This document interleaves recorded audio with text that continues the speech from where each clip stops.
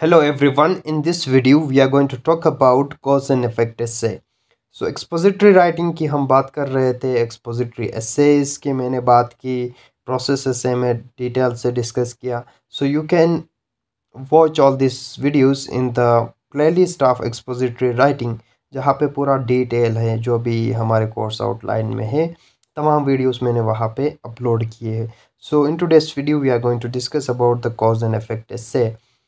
Cause and effect essay क्या है, we will analyze some of the essays, writing techniques and etc. all the information that you need to write a cause and effect essay. So expository writing की हमने बात की थी कि it's a factual writing in which you write to inform, instruct or to explain a topic in detail, वो expository writing कहलाता है. So within expository इसकी एक सब टाइप है जिसको cause and effect essay कहा जाता है.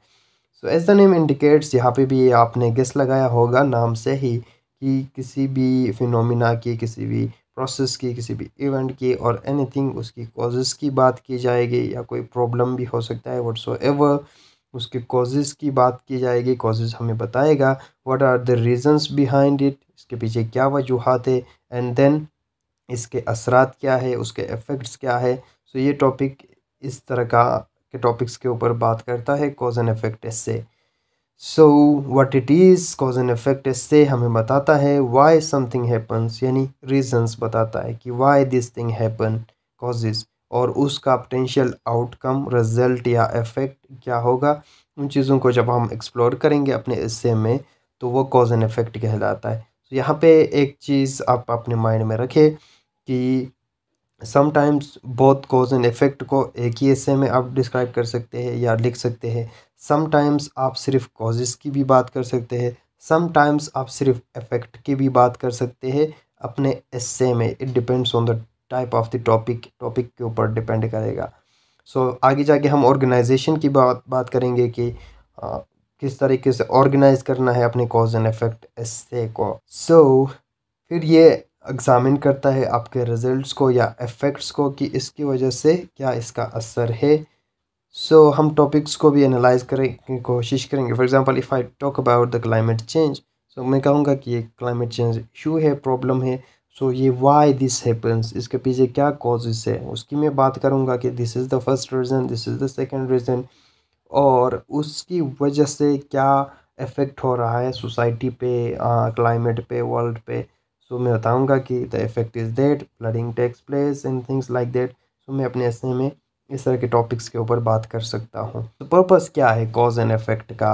मोस्टली कॉज एंड इफ़ेक्ट एक प्रॉब्लम की भी बात करता है कि या कोई इशू की भी बात कर सकता है कि this are the some of the causes of this thing या this phenomena. It analyze the relationship between events to uncover, यानी रिवील करने के लिए, अनकवर करने के लिए, to bring to the light, reveal करने के लिए, अंडरलाइनिंग कनेक्शन और डिपेंडेंसीज बिटवीन थिंग्स. और पर्पस ये है कि हम क्लियरली डिलीवर करें, आर्टिकुलेट करें, कन्वे करें कि किस तरह ये कॉजेज़ की वजह से कुछ पार्टिकुलर इफ़ेक्ट्स प्रोड्यूस हो गए. इसका एप्लीकेशन बहुत ज़्यादा है कॉज एंड इफ़ेक्ट का, कि आप हिस्टोरिकल इवेंट्स की बात कर सकते हैं कॉज एंड इफ़ेक्ट की. फॉर एग्ज़ाम्पल मैं कहूँ कि व्हाट वर द कॉजेज़ और reasons behind the occupation of subcontinent by the British, or what are the consequences or results of this occupation या this colonialism. उस historical event की मैं cause and effect को analyse कर सकता हूँ अपने कॉज एंड इफ़ेक्ट ऐसे के थ्रू. और उसके अलावा मैं सोशल इश्यूज़ की बात कर सकता हूँ जो कि मैंने अभी बात की, रूट कॉजेज़ की, उसके इम्पेक्ट्स की मैं बात कर सकता हूँ. मैं एक्सप्लेन कर सकता हूँ कि हाउ सर्टेन एक्शंस और situation shape the outcomes in our life. इसका स्कोप बहुत ज़्यादा है कॉज एंड इफ़ेक्ट ऐसे का. अभी हम देखेंगे कि अपने कॉज एंड इफ़ेक्ट ऐसे को हम ऑर्गेनाइज कैसे कर सकते हैं. लाइक एनी अदर ऐसे obviously basic structure will remain the same. किसी भी ऐसे में एक इंट्रोडक्शन होता है, बॉडी पैराग्राफ्स होते हैं एंड एक कंक्लूडिंग पैराग्राफ होता है. But the organization depends on the essay type and the type of question as well. Introduction में ही मैंने कहा था कि समटाइम्स आप सिर्फ कॉजेज़ की बात करते हैं, समटाइम्स आप सिर्फ इफ़ेक्ट्स की बात करते हैं, समटाइम्स अपने एसे में बहुत कॉज एंड इफ़ेक्ट की भी बात करते हैं। तो इस तरह के एसे स्ट्रक्चर्स आपको देखने को मिलेंगे। सो उसके अलावा जो स्ट्रक्चर है उसकी मैं आगे नेक्स्ट स्लाइड में बात करूँगा कि हॉल टू हॉल या पॉइंट टू पॉइंट भी आप कर सकते हैं। सो इंट्रोडक्शन में आपने हुक स्टेटमेंट का यूज़ करना है अपने रीडर्स को इंगेज करने के लिए, उनका अटेंशन लेने के लिए, किसी भी तरीके से इंटरेस्टिंग बनाना है अपने एसे को। सो वेरियस हुक्स की एसे राइटिंग में मैंने बात की है। You can start with relevant line, factual information. You can start with the anecdote या short story. You can start with the inquisitive question. किसी भी तरीके से यहाँ पे एक हुक यूज़ किया है। Imagine a world without bees. The ripple effect would be catastrophic. So यहाँ पे ऐसे में हम देखेंगे कि ये बंदा बात करेगा कि रिपल इफ़ेक्ट के कॉजेज़ क्या है, उसका इफ़ेक्ट क्या है, यानी बीस यूज़ करते हैं ना ये रिपल इफ़ेक्ट को कि अपने प्रेस से बचने के लिए, ख़ुद को प्रोटेक्ट करने के लिए। सो मैं कुछ बैकग्राउंड इंफॉर्मेशन दूंगा इस टॉपिक के हवाले से, कॉन्टेक्चुअल अंडरस्टैंडिंग हो ताकि आपकी इंट्रोडक्शन में ये आएगा। उसके अलावा मेरा थीसिस स्टेटमेंट आएगा जो कि किसी भी एसे में इम्पोर्टेंट रोल अदा करता है। Your thesis statement that is the main idea of your essay और what your essay is about.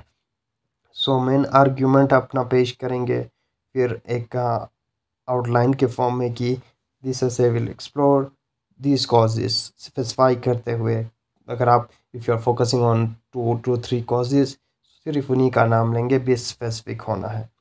So cause and effect में अगर मैं टॉपिक की बात कर रहा हूँ कि ओबेसिटी की, जो कि एक प्रॉब्लम है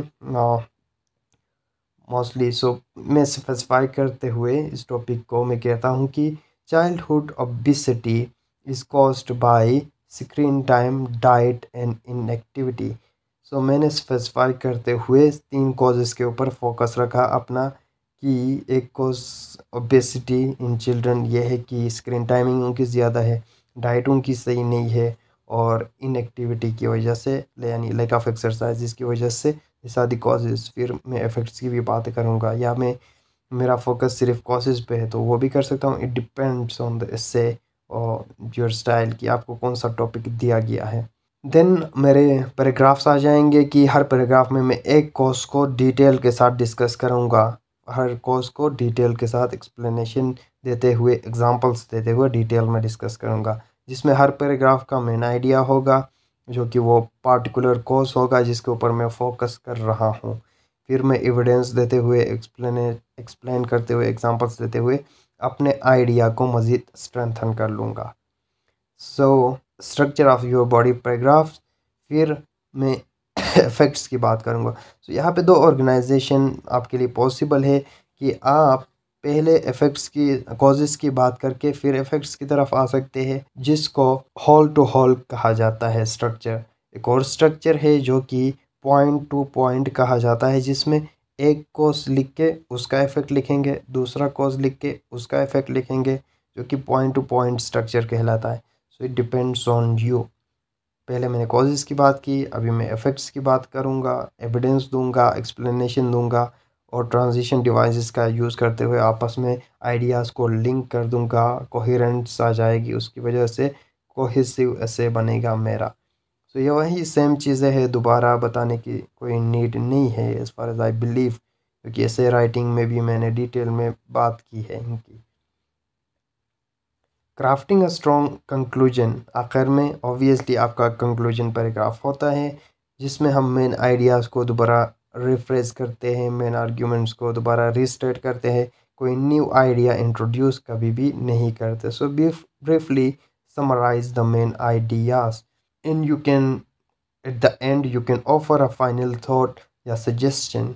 आप सजेशंस दे सकते हैं, रिकमेंडेशन दे सकते हैं कि उस इशू की बात कर रहे हो या whatsoever, you can give some suggestion कि कोई प्रैक्टिकल, यानी कोई ख्याली नहीं बल्कि साइंटिफिक कोई बात। और उसके अलावा कुछ टिप्स की in which you can make your essay a good one, outline बना सकते हैं जिसमें कोई टॉपिक चूज़ करेंगे, ब्रेनस्टॉर्म करेंगे, एक स्ट्रॉन्ग थीसिस बनाएंगे और आउटलाइन को फॉलो करते हुए एक अच्छा ऐसे लिख पाएंगे। और कुछ टिप्स ये है कि आप अपनी लैंग्वेज को concise, simple and easy to understand रखें और स्ट्रॉन्ग फैक्चुअल एविडेंस दे के अपने बात को प्रूफ करें, मज़ीद स्ट्रेंथन करें, मज़ीद सॉलिड बनाएं, लॉजिकल रीजनिंग का यूज़ किया करें और आपका टोन और स्टाइल ऑब्जेक्टिव होना चाहिए जिसमें फोकस फैक्चुअल इंफॉर्मेशन पे हो। आप अपनी राय, अपनी इंटरप्रिटेशन, अपना ओपिनियन एक्सपोजिटरी राइटिंग में नहीं दे सकते। जो भी बात कहेंगे फैक्ट्स के ऊपर बेस करेगा आपका इंफॉर्मेशन। सो ये कुछ स्ट्रक्चर है ओवरऑल। सो जिसमें बॉडी पैराग्राफ 1 2 3 ये सब कुछ। सो एक एस्से में आपको एनालाइज करते हो कि ये एक एस्से है कॉज एंड इफेक्ट, जिसमें स्ट्रक्चर ये है कि इस बंदे ने सिर्फ इफेक्ट्स की बात की है। ठीक है, effects of social media on teens शुरू किस तरह किया हुआ है। Social media has become an integral part of modern life. पहले कोई जनरल बैकग्राउंड इंफॉर्मेशन से स्टार्ट किया उसने, और टीनेजर्स स्पेसिफाई कर रहा है। सो ये अपना इसने दिस स्टेटमेंट दिया, कह रहा है कि social media provides various benefits such as instant communication and access to information. It also has several negative effects on teenagers. So इस एस्से में वो इफेक्ट्स की बात करेगा, नेगेटिव इफेक्ट्स, पहले बेनिफिट्स की भी बात करेगा। So cause and effect relationship exist between social media use and issues. कौन से इश्यूज़ फोकस करते हुए, स्पेसिफाई करते हुए वो बात कर रहा है कि इट डिक्रीज एकेडमिक परफॉर्मेंस। हमारी एकेडमिक परफॉर्मेंस कम हो चुकी है उसकी वो बात करेगा, मेंटल हेल्थ की वो बात करेगा और reduce face to face interaction. इन्हीं तीन चीज़ों के ऊपर पूरा ऐसे फोकस होगा थ्रू आउट द ऐसे। इन्हीं को ही वो एक्सप्लेन करेगा हर पैराग्राफ के अंदर। और यहाँ पे लिंकेज या कोहिसिव आप कोहिजन देख सकते हैं। वन मेजर इफेक्ट ये है, अनदर सिग्निफिकेंट इफेक्ट ये है। Finally social media reduce, conclude किस तरह कर रहा, in conclusion although social media has benefits, its negative effect on teenagers are significant. वही मेन आइडियाज़ को, मेन पॉइंट्स को ही सम अप कर रहा है। सो वीडियो भी काफ़ी लंबा हो चुका है। So I believe this information is enough for you to understand cause and effect. So thank you for watching this video.